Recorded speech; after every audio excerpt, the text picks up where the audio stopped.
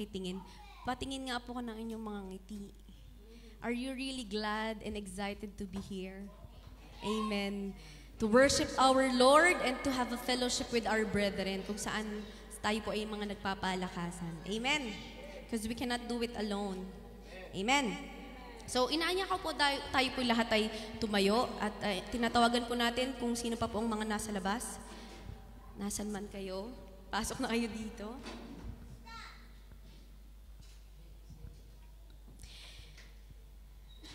Before that po, I would just like to read this verse from Psalms 27, chapter 4. Sabi po dito, one thing I have desired of the Lord, that I will seek, that I may dwell in the house of the Lord all the days of my life, to behold the beauty of the Lord and to inquire in His temple. Amen. Tayo po yung manalangin. Dakilang Diyos. Amen. Hallelujah. Heavenly Father, Almighty and powerful God, salamat po sa araw na ito. We thank you for today, for bringing us here to worship and praise you, Lord. Lord, thank you for the gift of life. And truly, we are nothing without you. Lord, patuloy po na kami ay lumalapit and we are asking for your wisdom and guidance for today's service, Lord. Be with us. Anoint us, cleanse us, purifies us, Lord, that we may all worship you, Panginoon. Use us mightily, Lord, in those people who will stand here today. And Lord, I pray for every hearts and minds, Lord. Prepare us, Lord. Ihanda mo kami, O Diyos. And those who are struggling right now, I pray that the Lord may find peace in you. Lord, we welcome your holy presence in this place, Lord. And we continue to claim the victory of our worship service today. In the mighty name of Jesus. Amen and amen. Hallelujah!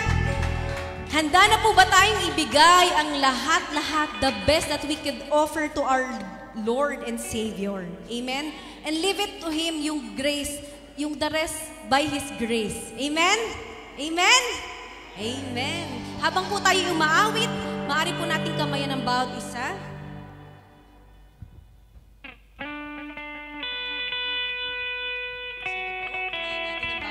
Maaari niyo pong kamayan ng bawat isa.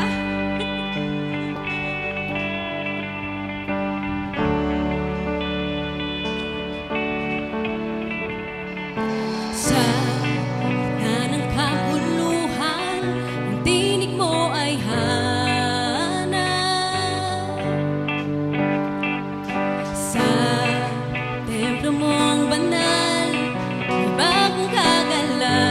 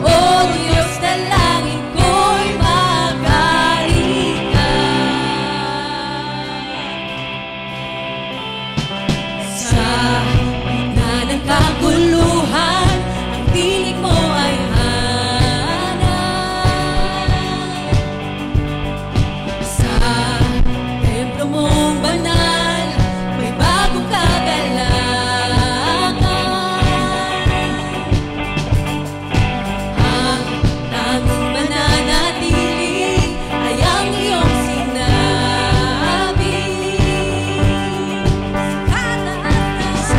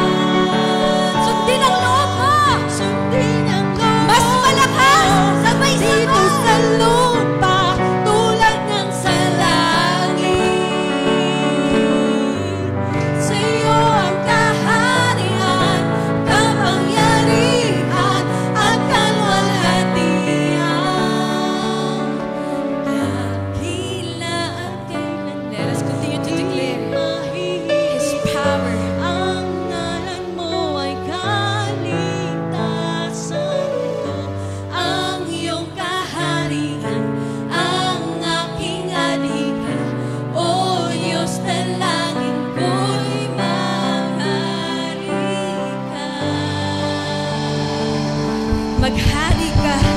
Maghari ka sa buhay namin, sa puso namin, sa bansa namin at sa pamilya namin.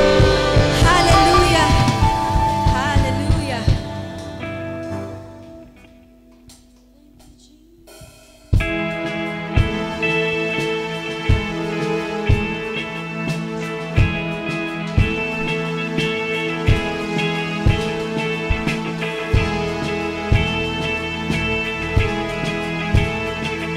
Proclaim your awesome power.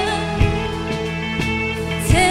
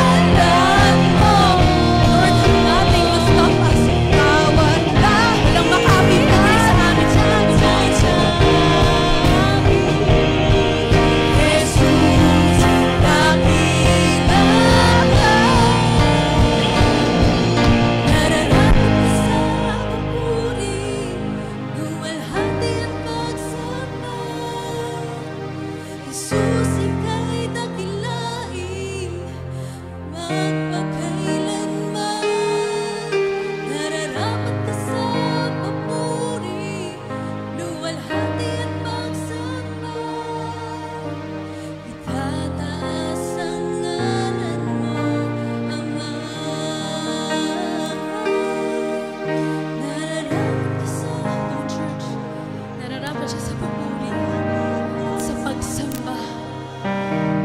Jesus, ika'y nararapat ka sa papuri, luwalhati at pagsamba. Jesus, ika'y dakilain, magpakailanman. Nararapat ka sa papuri, luwalhati at pagsamba. Itataas ang ngalan mo, Ama. Huling beses po. Nararapat ka sa papuri, luwalhati at pagsamba. Jesus, ika'y dakilain, magpakailanman. Nararapat ka sa papuri, luwalhati at pagsamba. Itataas ang ngalan mo, Ama. Itataas ang ngalan mo, Ama. Itataas ang ngalan mo, Ama.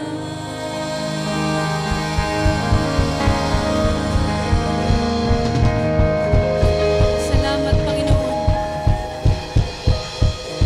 Dahil ngayon pa lang, Panginoon, alam namin na pinakinggan mo ang bawat daing ng aming mga puso. Lord, thank you for this peace that really surpasses all understanding. Sabi mo, be still. Natili kami dahil ikaw ang lalaban para sa amin.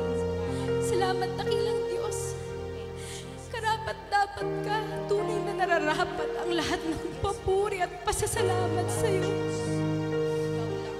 Dakilang Diyos, napakayaman ng biyaya mo, Panginoon. Even we don't deserve it, Lord. Even we don't deserve it. Salamat, O Diyos, na hindi mo hahayaan ang bawat taong naririto na makareceive ng pagpapala na nagmumula sa iyo, Panginoon. Salamat, O Diyos. Salamat sa kapayapaan, kapahingahan, at sa presensya mo na ang sarap-sarap yakapin, Lord. At this very moment, we thank you. Thank you for being with us, Father. Salamat, Panginoon. Alam po namin na hindi mo kami pababayaan at iiwan.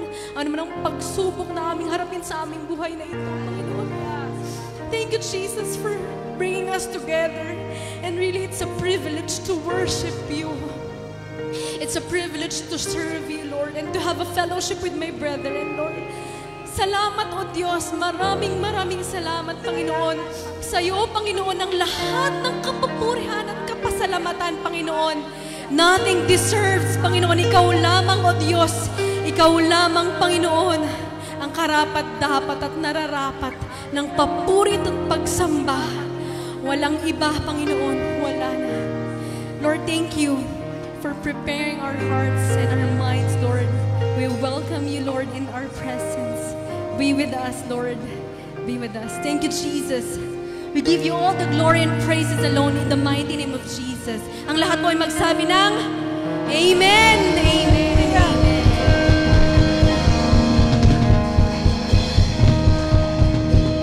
Sumigaw nga po ang bawat isa ng Hallelujah! Hallelujah! Amen! Hallelujah! Sa iyo, O Diyos, ang lahat ng papuri at pasasalamat.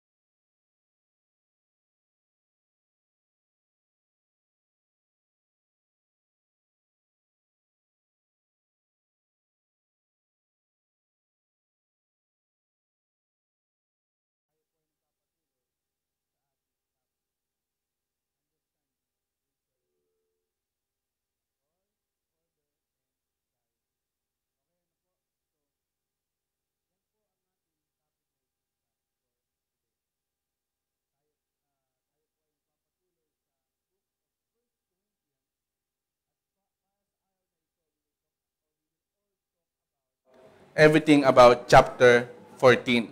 No? Na kung saan, as Paul speaks in this chapter, mga kapatid, gusto niya po na isaayos ang chaotic worship na nangyayari sa Corinthian Church. Ano kaya yung chaotic worship na yon? Bakit? Kasi sa dami-dami nila doon, halos lahat sila ay nag-speak in tongues. Ano po? That's the focus of this chapter. Tapos na tayo. Joke lang.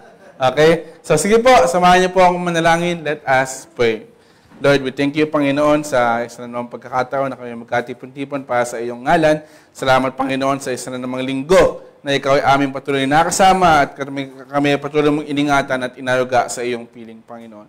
Salamat po sa araw na ito na ipinagkaloob mo sa bawat isa na muli ay aming mapag-aralan ang iyong mga salita. Panginoon, itago mo nawa ang iyong lingkod sa iyong likuran ng saguin ay boses mo at tinig mo, Panginoon, ang aming patuloy na marinig, patuloy naming madama, Panginoon. Kayo rin po ang magbukas ng aming puso't isipan nang sa gayon ay anaman pong mensahe ang nais mong ibigay ngayong araw na ito ay malayang makapasok sa amin at malaya po naming maisapamuhay.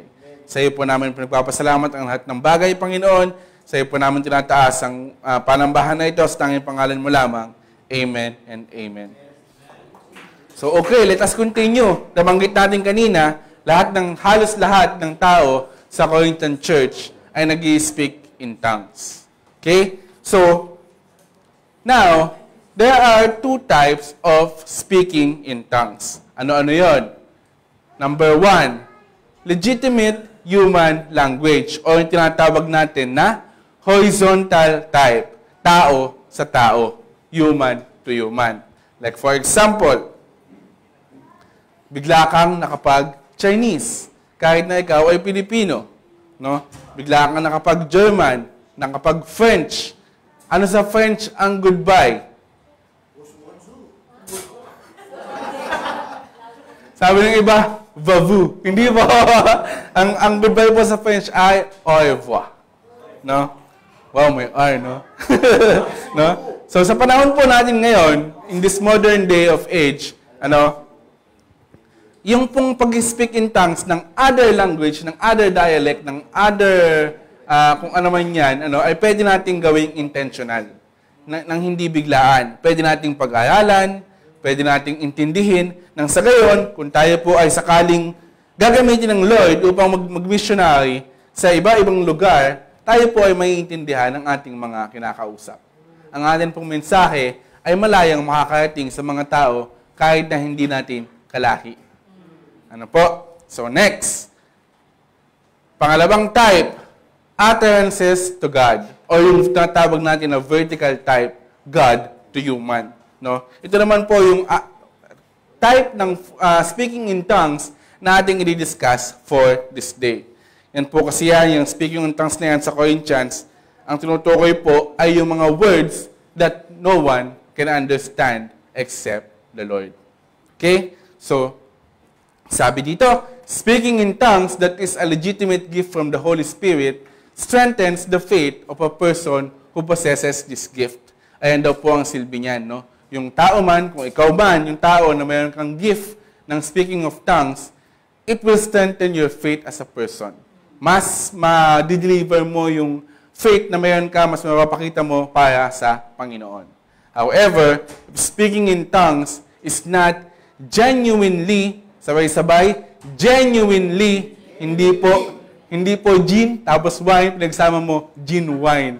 No po ha, genuinely, okay, given by the Holy Spirit, and only a mere form of mimicry, o yung gaya-gaya lamang. No?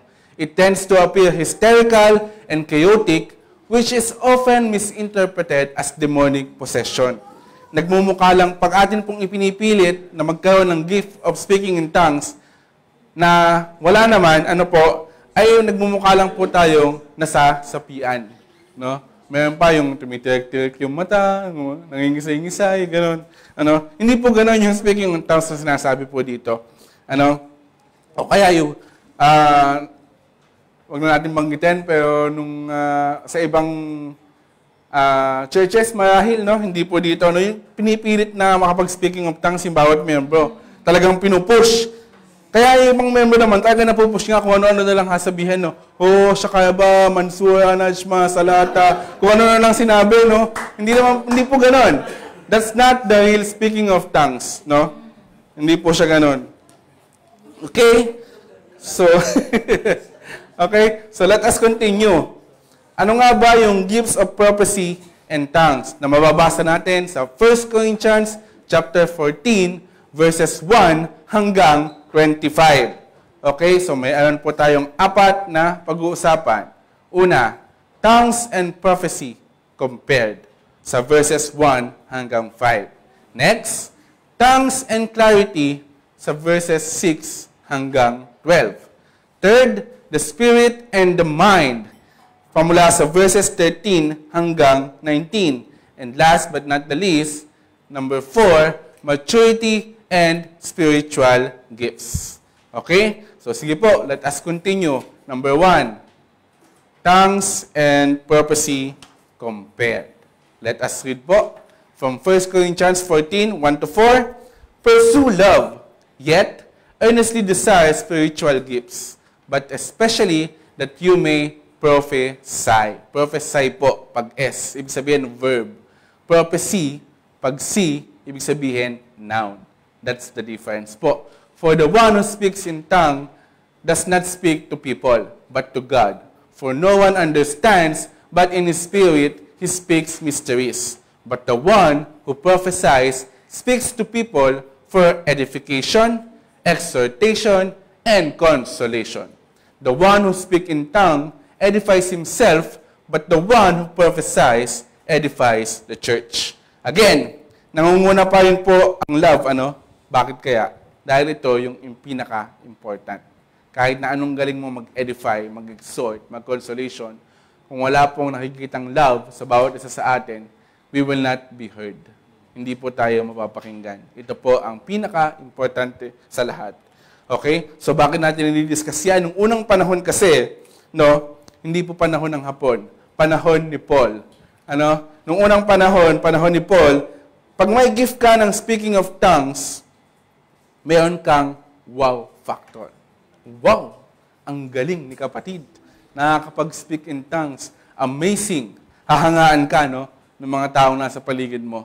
Yan yung naging resulta ng pagkakaroon ng speaking of tongues. At dahil nga mayroong wow factor, halos lahat ng tao ay dinidesire magkaroon nito. No? Minsan hindi mo gift, pero you are desiring it dahil nga nakikita mo na parang wow pag mayroon ka. No? In our modern time, sa panahon po ngayon, pwede natin siguro siyang ihalin tulad sa kasikatan. Hindi lahat sikat, pero halos lahat, dinedesire po ito. Why? Kasi nandun yung money. No? Nandun yung pera. Kaya nangyayari, kahit na kung ano na lang gagawin sa online, kahit hindi tama, magkaroon lang ng viewers, maging famous lang. Ano po? Okay, let us continue reading. Verse 5, now I wish that you all spoke in tongues, but rather that you would prophesy. And greater is the one who prophesies than the one who speaks in tongues, unless he interprets, so that the church may receive edification. Okay, let us clear it out. Hindi po sinasabi at hindi ibig sabihin na pag ang gift mo ay gift of speaking in tongues, ay mas greater sa iyo yung may gift ng prophecy. No, that's not what it meant. No? Ang ibig lang pong sabihin ay mas better na tayo po ay makapag-prophesy. Nang sa gayon, ang ibig sabihin kasi ng prophesy ay foretelling of the will of the message of God. No? Ikaw yung nagiging daanan ng mensahe ng Panginoon. Okay? Ang kanyang katotohanan at ang kanyang mensahe. Hindi po ito katulad ng mga nakikita natin sa television na sina Madam Auring, Rudy Baldwin, Zenaida Seba. Hindi po yun. Hindi sila yun. Hindi yun kasi ng pagpapropesy. Sinasabi ni Rudy Baldwin, na-vision ko, ganito, ganyan, na guguho ang mundo, lilindol, blah, blah, blah, blah, blah, blah. Hindi po yun. That's not what we are discussing here. Hindi din po katulad ng sinasabi ni Zenaida Seba na hindi hawak ng mga bituin ang ating kapalaran. gabay lamang sila. Meron tayong free will, gamitin natin ito. Hindi po yun, no? Okay? So, now, speaking of prophecy, may 3 pong purposes ito. Ano-ano? Iyon. Number 1, for edification or to build up. Number 2, for exhortation or to encourage. And last, number 3, for consolation or to comfort. When we say to build up, para po makapagbigay ng kaalaman, makapagdagdag ng information, no, sa mga taong nakakarinig nito at para sa ating pagiging buhay Kristiyano. No? Pangalawa, to encourage. Alam naman natin na sa lahat ng samahan, palagi pong mayroon tayong kasamang malungkot o pinanghihinaan ng loob. Ano? Kaya naman, pwede itong magsilbing paraan upang mabuhayan po muli sila ng loob. Magkaroon sila ng lakas ng loob, tatag ng loob. Ano po? And last, number 3, to comfort. It must aim to comfort. Na sa kabila ng lahat ng pagod, paghihirap, dusa, we are comforted by the presence of the Lord and our brethren. Ano po? So itong 3 to, maganda yun po siguro ang gamitin natin, upang gamitin natin na checklist pag tayo po ay magsasalita. No? Bago magsalita, ating isipin kung ang sasabihin ba natin ay magbi-build up, makakapag-build up, makakapagbigay encourage, or makakapagbigay ng comfort. Kung hindi, wag na. Ano po? Parang kahit sa work minsan nakakainis yung hindi mo naman tinatanong, pero sabi na, I finished this, nakapag-seminar ako ganyan, tapos ako ng ganito, doktor ako, blah, blah, blah, and blah, blah, blah, blah, blah, blah, and then your output is nothing. Sayang. Sayang naman yung mga build up mong kono nung pagsasabi mo na hindi ko tinatanong. Tapos yung output mo naman pala, nothing. Maganda pa yung output nung walang certificate or whatsoever. Ano po, minsan, di ba may sinasabi tayo na ang isda sa bibig mo mahuhuli. So, kaya nga sinasabi, the less you talk, the less mistake you made. Kaya, pag-ingatan natin yung mga lumalabas sa ating mga salita na as much as possible, we aim to meet these purposes. Ano po? Okay, let us continue. Number 2, tongues and clarity. Let us read. But now, brothers and sisters, if I come to you speaking in tongues, how will I benefit you unless I speak to you either by way of revelation, or of knowledge, or of prophecy, or of teaching? Yet, even lifeless instruments, whether flute or harp, in producing a sound, if they do not produce a distinction in the tones, how will it be known what is played on the flute or on the harp? Imagine, basta ka lang gumagano ng gitara, hindi mo tinitipa yung mga nota. No? It will not sound amazing. Walang makakaintindi nun. Nagmumukha lang siyang isang malaking ingay. Kasi nga, it's nonsense. Ano po? Let us continue. For if trumpet produces an indistinct sound, who will prepare himself for battle? So you too, unless you produce intelligible speech by the tongue, how will it be known what is spoken? For you will just be talking to the air. There are perhaps a great many kinds of languages in the world, and none is incapable of meaning. So if I do not know the meaning of the language, I will be unintelligible to the one who speaks, and the one who speaks will be unintelligible to me. No? Parang imagine, tayo po ay nakikipag-usap sa Arabo, tapos tinatagalog natin. Ano po? So sa point of view ng Arabo, ano ba pinagsasabi nito? Hindi ko naiintindihan. No? Sa point of view naman natin, ano bang pandinig na yun itong Arabo na ito at hindi ako naiintindihan? Ano? Parang ganon.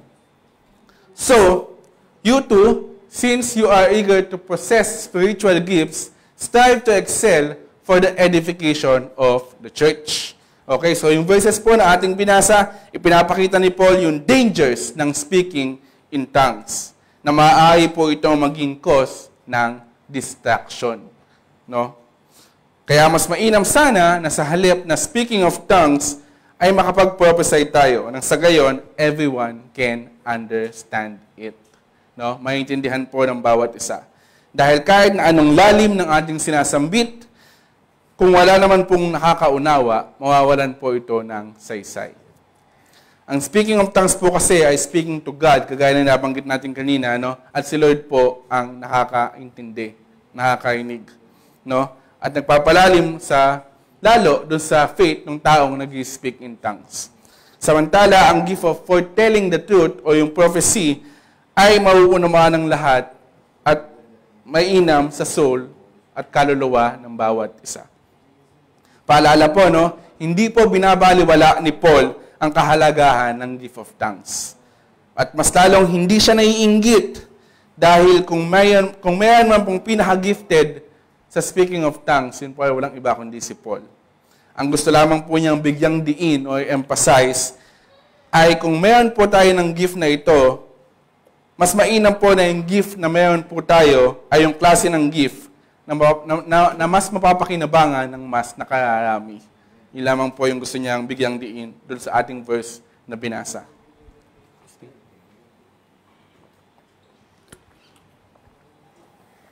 Okay, let us continue reading.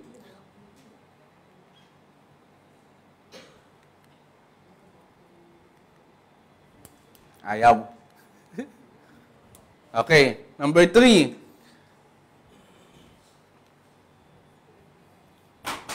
The spirit and the mind.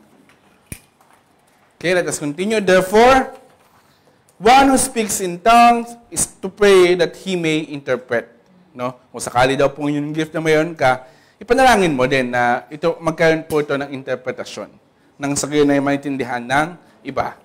For if I pray in tongue, my spirit prays, but my mind is unproductive. What is the outcome then? I will pray with the spirit, but I will pray with the mind also. I will sing with the spirit, but I will sing with the mind also. For otherwise,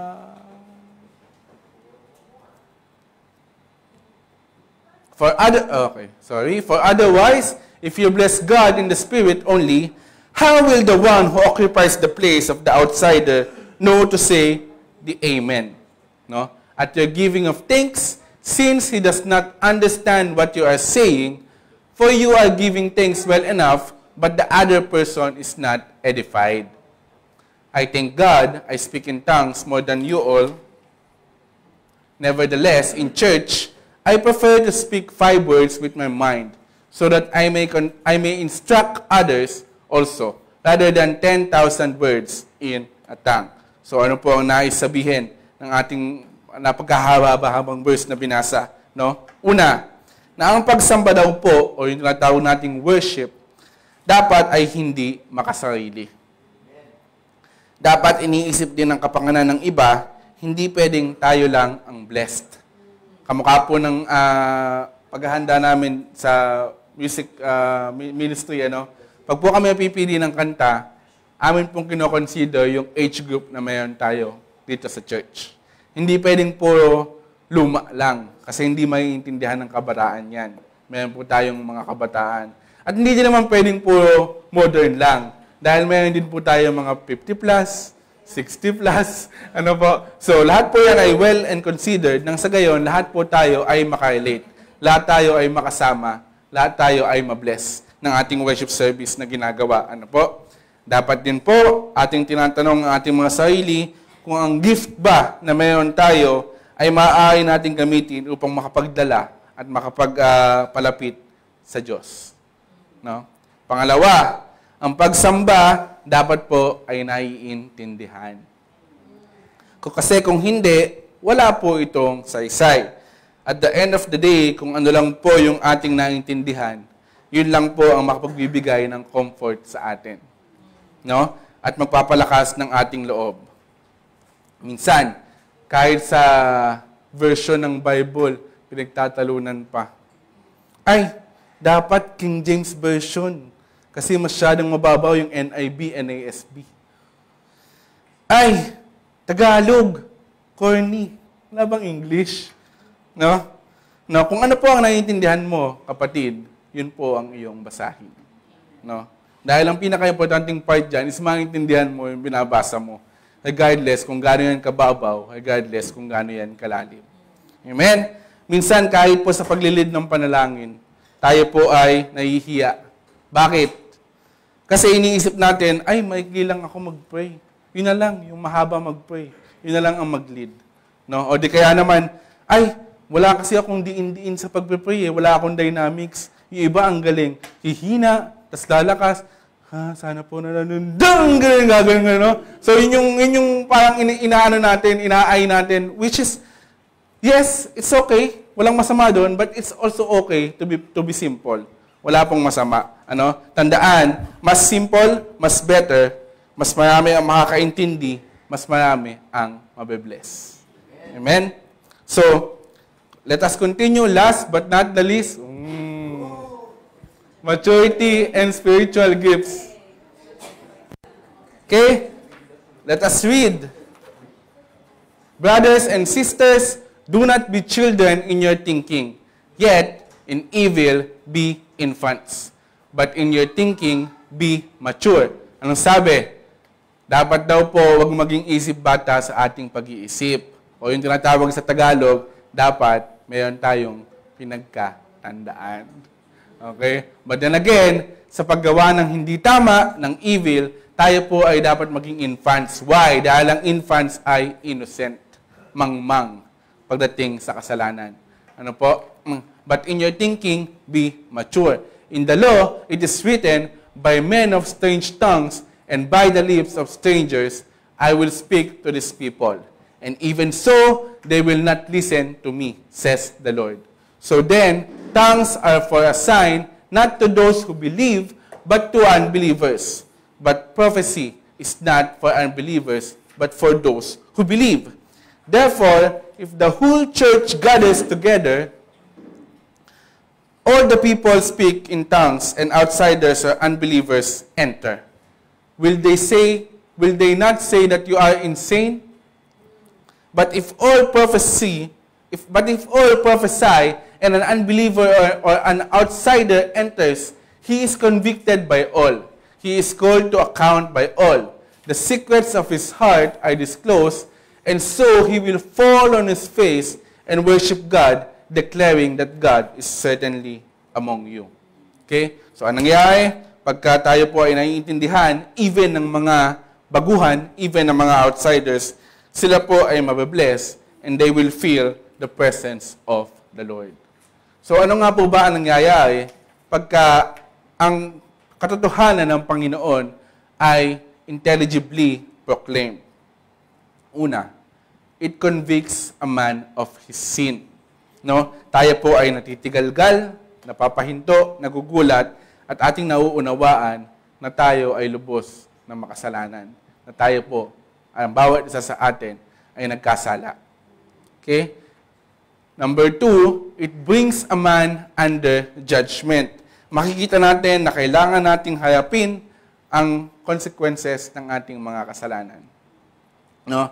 Na kung saan yung kailangan nating harapin yung consequences ng ating mga desisyon sa buhay. Ma-realize natin na hindi pala naman talaga unfair si Lord. No? Nagkataon lang na as of now, nandun pa tayo sa consequences ng ating mga pagkakamali, ng ating mga desisyon.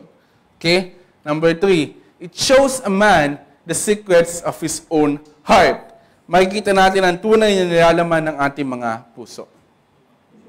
Kung may puot ba dyan, hinanakit, inggit, at kung ano-ano pa, it will come out. No? Lalabas at lalabas po ito. At pang-apat, it brings a man to his knees before God. Na kung saan, tuluyan nating mauunawaan that we are nothing compared to the Lord. Na siya po ang dapat nating sambahin at papurihan. Okay? Okay, next. Hindi pa po tapos. Biro lang. Ano? Akala niyo po tapos na, ano? So, ito na yung payo ni Paul para maisaayos yung worship. Kasi nga, nabanggit natin kanina, nagkakagulo sila. Walang order. Sobrang gulo. No? So, una is the control of tongues and prophecy. Next, submission of women. And last but not the least, everything fitting and orderly. Sige po, let us continue reading. Number 1, control of tongues and prophecy.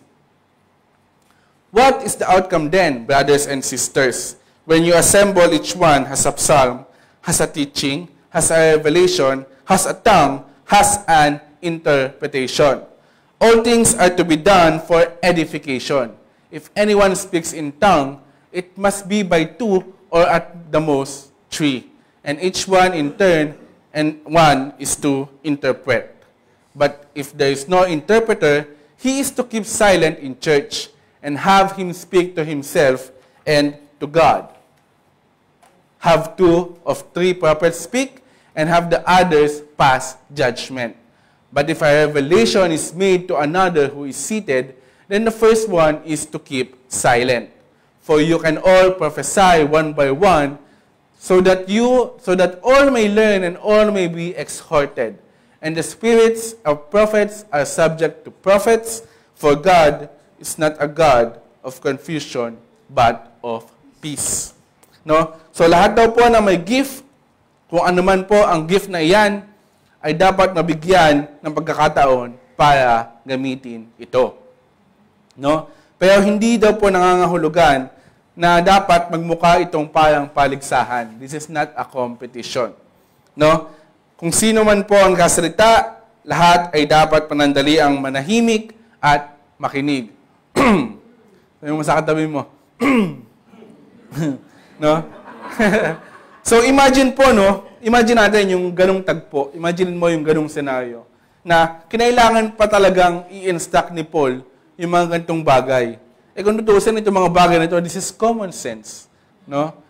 Ganun sila kagulo. Ganun sila ka-unorganized. Kaya kinailangan pa talaga ni Paul i-preach yung mga ganitong bagay.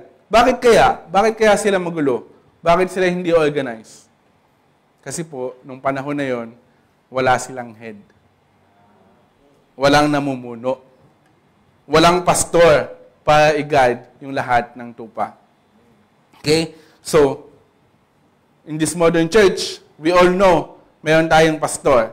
Now, let us ask, sa palagay po ba natin, nakabuti na mayroong pastor ang panambahan?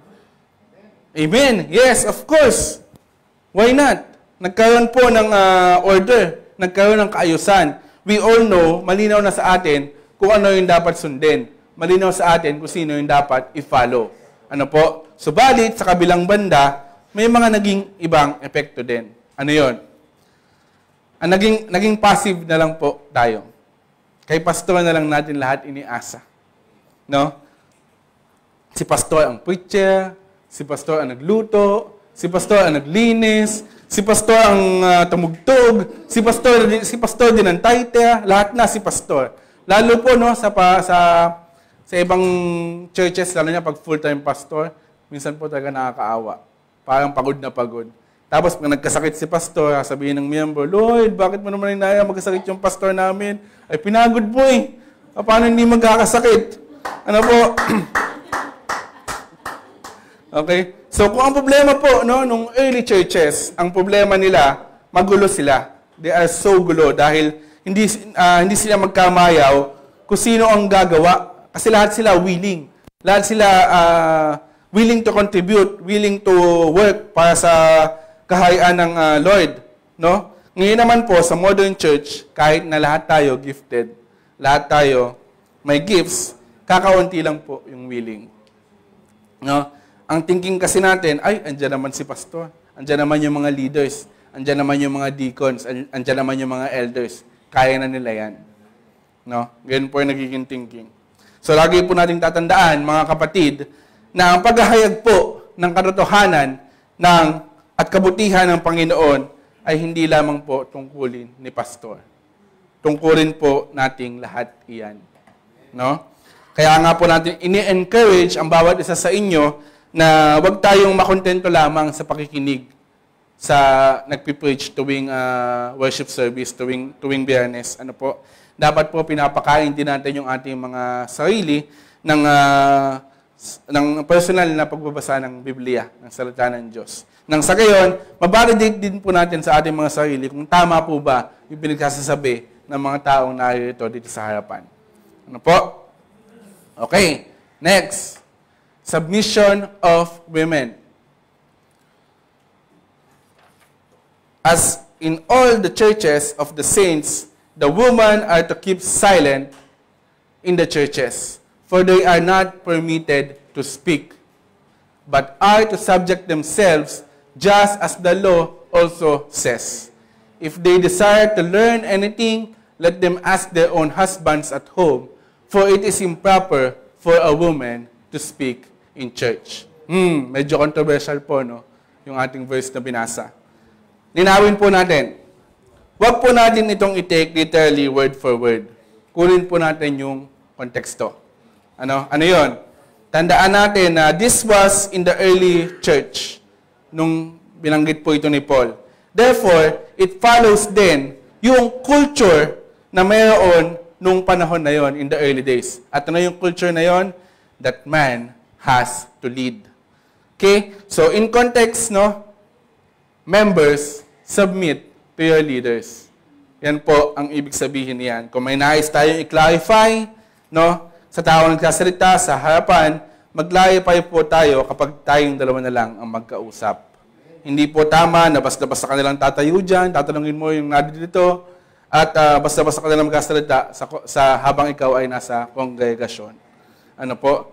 So, to explain it further, parang we can say, alam niyo po yung difference ng letter of the law versus spirit of the law. Okay, let's make an example. Halimbawa, ikalimang utos, ano yun? Amen. Ikalimang utos, thou shall not kill or wag kang papatay. If we follow the letter of the law, maaari nating sabihin na, ay, hindi ako nagkasala. Kasi kinurut-kurut ko lang naman siya ng nail cutter. Pero buhay pa siya. So, safe ako. Hindi ako nagkasala kasi buhay naman eh. Hindi naman namatay. Ano? No? Yun yung letter of the law. Kung spirit of the law, kailangan nating alamin ano ba yung purpose. Why this law was created. Bakit ginawa ang law na ito? It was in order for us not to cause harm to anyone. So, ibig sabihin, kahit hindi siya namatay, kung kinurut-kurut mo siya ng nail cutter, ikaw po din po ay nakapag-cause ng harm, and at the end, tayo po ay nagkasala pa rin. Amen? So, same with this verse na ating binasa, pwede natin pong i-apply, pwede natin siyang i-take by its spirit and not by its letters. Amen? Amen. So, last na talaga, tunay na, no? Everything fitting and orderly. Okay, let us read. Or was it from you that the word of God first went out? Or has it come to you only? If anyone thinks that he is a prophet or spiritual, let him recognize that the things which I write to you are the Lord's commandment. But if anyone does not recognize this, he is not recognized. Therefore, my brothers and sisters, earnestly desire to prophesy, and do not forbid speaking in tongues. But all things must be done properly and in orderly way. At dito na nga po, tinapos ni Paul ang chapter 14. Na ang kanyang layunin ay magkaroon po ng kaayusan sa panambahan for it to become orderly. No? May mga pagkakataon po, mga kapatid, na maaaring ang tingin natin ay tayo po ay mas magaling at mas gifted sa ating mga leaders. Yes, maaari pong ito ay totoo. Maaaring tama ka sa iyong iniisip. No? But that doesn't give us any right para po hindi na mag-submit sa ating mga leaders. Let us take the example of David. Di ba? Napakaraming pagkakataon na meron siya para patalsikin sa pagiging hari si Saul. Subalit hindi po niya ginawa. Why? Dahil alam niya na si Saul ay anointed by the Lord. So same po with our leaders. May rason ang Panginoon why He allowed it to happen. Hindi lang po sa ating mga leaders, pwede nating lawakan yung sakop, pwedeng sa ating government, sa mga namumuno ng ating bansang Pilipinas, no? Wala pong maitutulong yung ating pong pag-rant sa ating mga Facebook page. So, tigilan na po natin ito. Okay? So, ang alam na natin yung nangyari kay David sa uli, nag-submit pa rin siya sa will ng Panginoon. Okay? Kaya naman, let us continue to use and enhance our gifts for God's glory. No? May kanya-kanya po tayong function, may kanya-kanya tayong tungkulin, kaya nga tayo inihalin tulad sa isang body para magkaroon tayo ng kanya-kanyang purpose accordingly. Let the brain be the brain, let the eyes be the eyes. Kung ano ka man sa isang body, just continue to do your purpose. Nang sa gayon, ang target natin, magkaroon po tayo ng tinatawag na synergy, no? O yung combined efforts natin into one goal. No? At pag po ganun ang nangyayari, nagkaroon tayo ng synergy, panalo po ang kaharian ng langit. Amen? So sige po, salamat po sa inyong pakikinig. Nawa po ay mayroon kayong mga natutunan ngayong umaga na ito. Inaanyahan po ang lahat na tayo po ay magsitayo at sama-sama po tayong manalangin. Lord, we thank you sa iyong mensahe ngayong araw na ito. Salamat, Panginoon, sa paggamit mo sa iyong lingkod. Salamat, Panginoon, dahil ikaw po ang aming nakasama pamula panimula hanggang sa pagtatapos ng aming mensahe na ito. Salamat, Panginoon, dahil we know, Father, that you will continue to guide us. I-bless mo nawa, Panginoon, ang panambahan na ito. Hayaan mong tuluyan na magkaroon ng order at ang panambahan na ito, Panginoon, at lahat ng tao na narito at uma-attend ng iyong panambahan na ito, Panginoon, ay patuloy na mabless at patuloy kang maramdaman sa kanilang mga buhay. Salamat, Panginoon. Sa iyo po namin tinataas ang lahat sa tanging pangalan mo lamang. Amen and amen.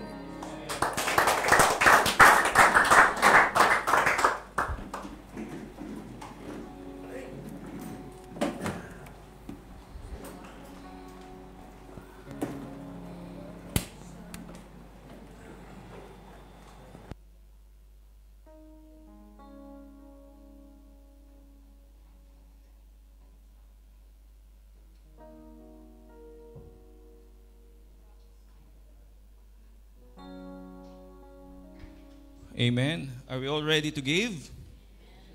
It's giving time. Bakit po tayo nagbibigay sa Panginoon? Because God is faithful. God is giver. Number one, He gave His only begotten Son for us. That's why we return all the favors, we return all the giving to our Lord. Amen? Are we excited to give? Amen. Excited dapat tayo. Naka-ready na ba? Huwebes pa lang yung ating ibibigay sa Panginoon. Amen. Ready. Kasi yung ibibigay natin sa Panginoon, ito yung ating seed para po sa atin at para po sa iba na gustong makatanggap ng blessing. Amen. Basahin natin sa Luke 6 verse 38. Alam niyo ito, Luke 6 verse 38.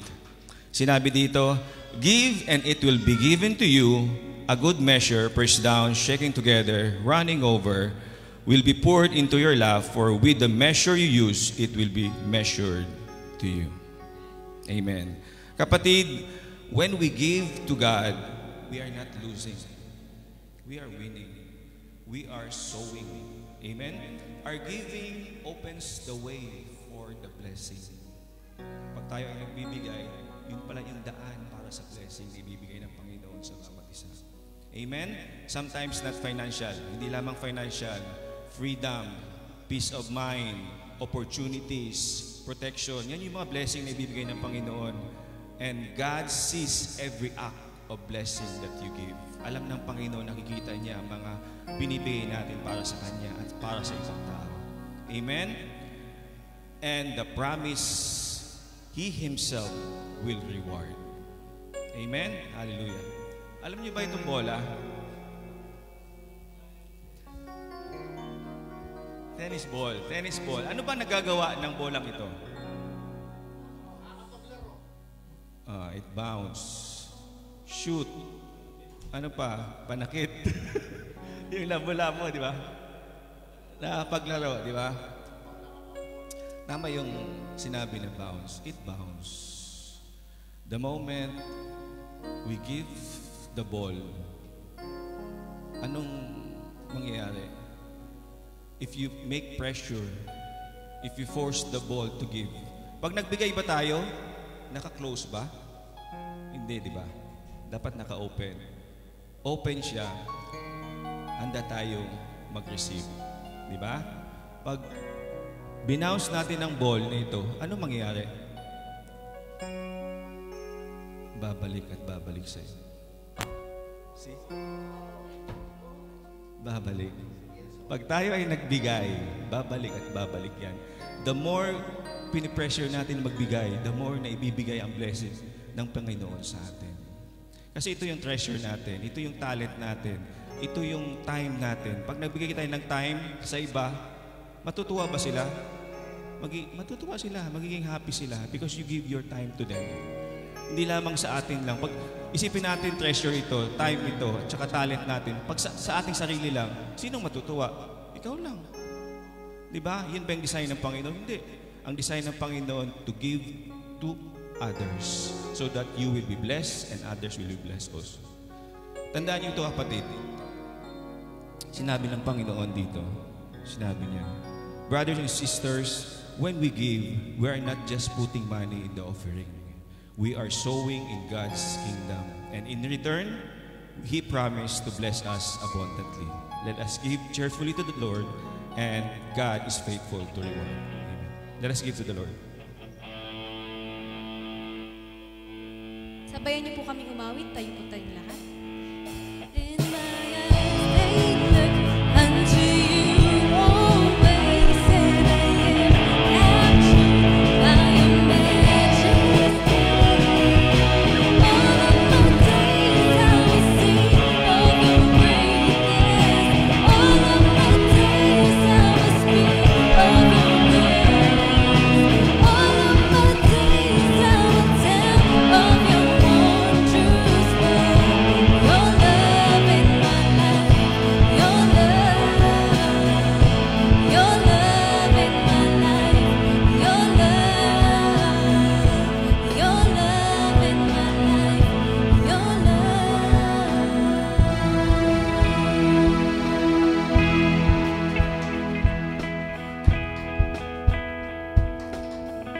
Let us pray to the Lord. Hallelujah. Let's stretch our hand to this offering box. Lord, we thank you for this blessing you have poured into our lives. Panginoon, everything that we have, alam po namin, Panginoon, it comes from you. Lord, today we are joyfully and we are cheerfully, Panginoon, na binibigay, Panginoon, ang lahat, Panginoon, ng portion, Panginoon, na ibinigay niyo po sa amin. Father, thank you, Lord God. Bless this offering, Lord God, to be for the expansion of your kingdom, to help those in need, and to bring glory to your name. Lord, we declare that this seed we sow will bring harvest of peace, provision, breakthrough in our families, our work, and our ministry. All glory belongs to you. In the mighty name of Jesus, we pray. Amen.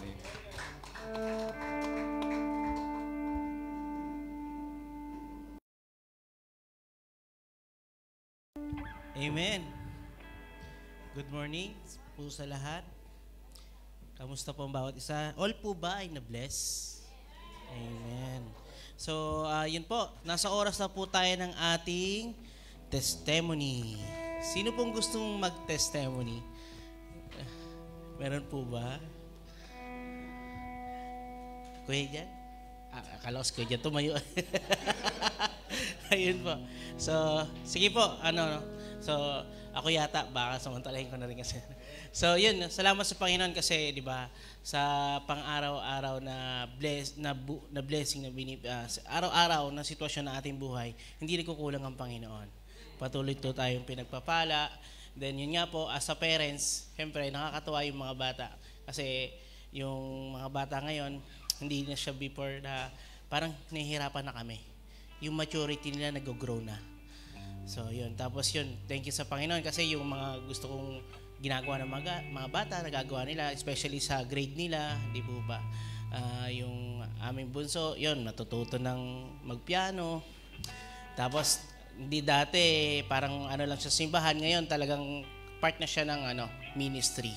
So, nasa dance po siya, na talagang dance na po. And then, yan, nag-tutor siya for piano. Nag-aaral po siya. Then, yun po, no? Ganun din po yung, pasalamat sa Panginoon. Kasi last week is na-check po ako sa aking shoulder. Then, in-advise ng doktor na may MRI yung aking balikat. Kasi nga, hindi daw normal. Sa tagal ng panahon, 20 years.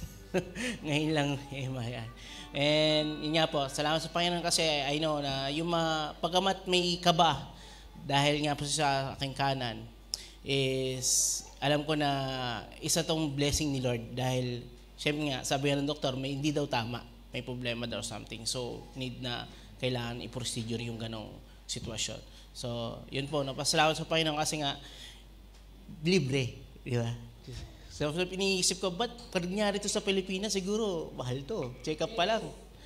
Po? Yung privilege na nangyayari dito sa atin sa bansang Qatar na pagdating sa mga ganyang bagay is a blessing for us. Po? Kaya, yun po, salamat po sa Panginoon at tinatawagan po natin si Ate Joy for announcement.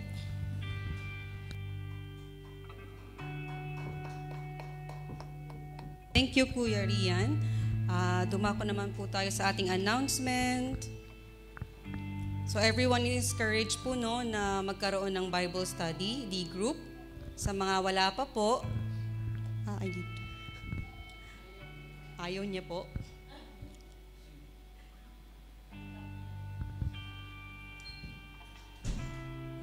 Ayan. Sa mga wala pa po, you can approach the D group leaders.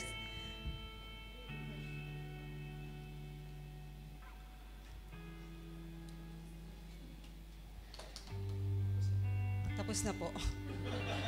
Ayan, dyan po nagtatapos ang ating announcement. Anyway, ayun, every Saturdays, Alsa D Group, we have si Teacher Juliet and Atinida, Sunday Najma D Group, woohoo, that's us. If you wanted to join our small family, led by Pastor Ricky and Sister Vilma. Monday naman po sa Mansura D Group, Pastor Ernie and Kuya Rian, and then this is online. If you're not available, no excuse, may online po tayo. And then Wednesday, Matarkadim naman, led by Kuya Je and Ate O.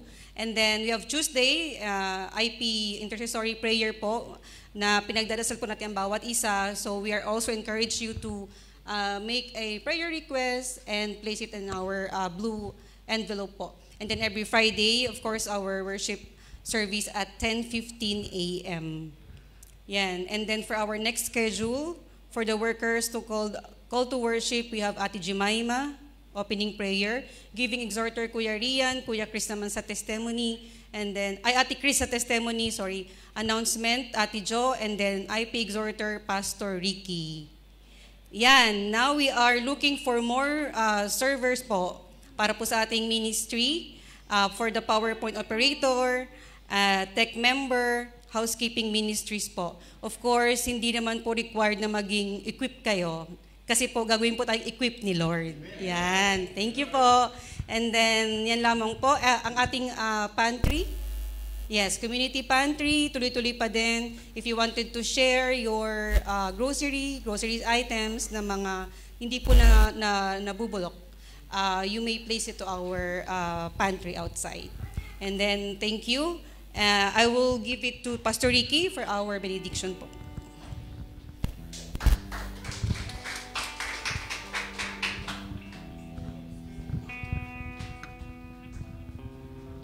Praise the Lord! Hallelujah. Okay, so mga celebrators po, Kuya Jan? Next week pa. Okay. Sino po ang ating mga celebrators for this week? Mag-anniversary.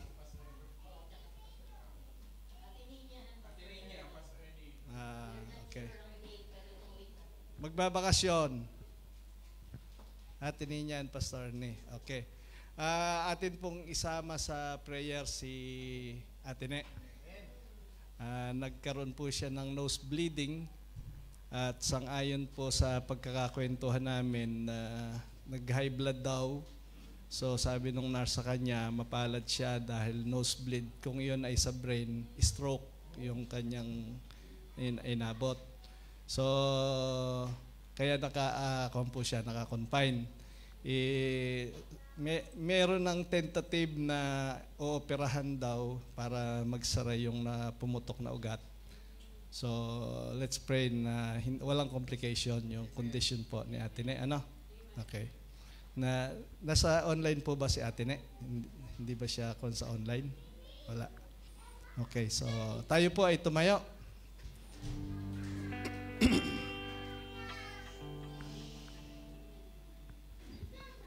Okay, tayo po ay manalangin. Dakilang Diyos na makapangyarihan, dakila, banal, labis na nagmamahal, labis na nagdanais na kami ay malagay lagi sa kaayusan bilang isang iglesia, bilang iyong katawan dito sa lupa.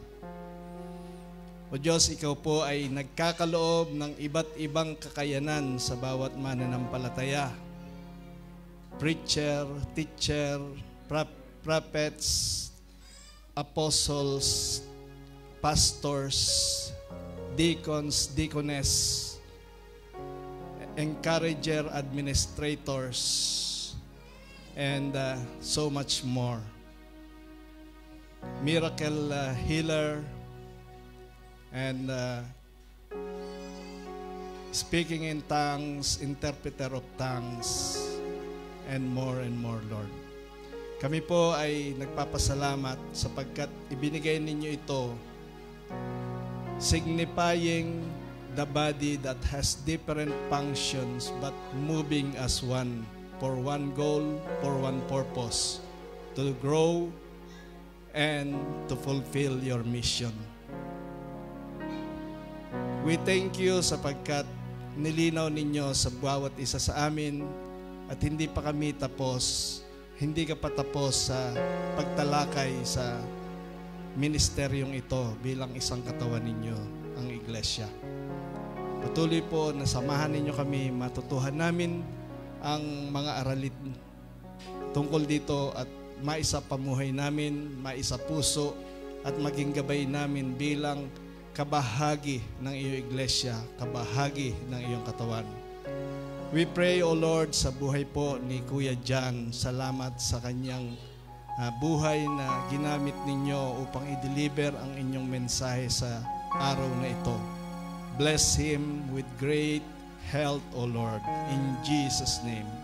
And yung presence ninyo, yung anointing ninyo ay patuloy na sumagana sa kanya. Yung charisma na nagmumula sa inyo ay patuloy na sumagana sa kanya. Health, financial prosperity, and social capacity, O Diyos, to lead people unto you. We pray for Kuya John, O Diyos. Para kay Ate Ninya na nagbe-birthday at kay Pastor Ernie, we pray for the blessing, for your protection. We pray that in every situation ng kanilang buhay ay makita nila ang inyong layunin sa bawat desisyon nilang gagawin to glorify you so that they will bless your name and they will be blessed by you, O God. Salamat po sa kanilang mga pamilya, ingatan po at patuloy na palaguin ang kanilang mga negosyo, ang kanilang mga paghahanap buhay. Salamat, O Diyos, sa panibagong kaarawan nila, O Diyos. Salamat. Salamat. At ngayon, minamahal na iglesia ng Diyos, tanggapin ninyo ang biyayang nagmumula sa Diyos na makapangyarihan sa lahat. Siya nawa ang sumama sa inyo palagi. Ang kanya nawang mga mata ay laging itunghay sa inyo. Ang kanyang kamay na makapangyarihan ay laging handang gumabay at tumulong, lalo-lalo na po sa buhay ng kapatid namin na si Ate Ne. O Diyos, anuman ang kanyang kondisyon, we pray for healing. We drive out whatever cause of Satan, of the enemy sa kanyang buhay, at we declare, we release healing and ability of the health workers natulungan siya, even the facilities to help her so that she will return to her pristine condition ng kanyang health.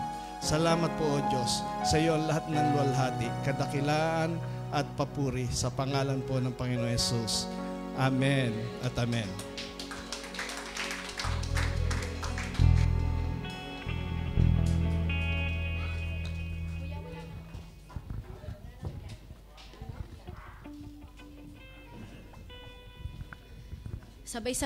Sabayan niyo po kami ulit, umawit, magpuri sa Panginoon.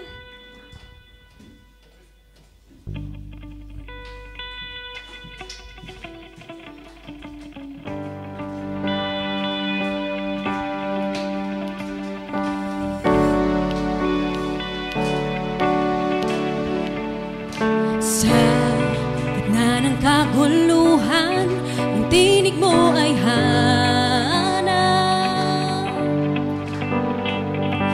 sa templo mong banal, may bagong kagalakan.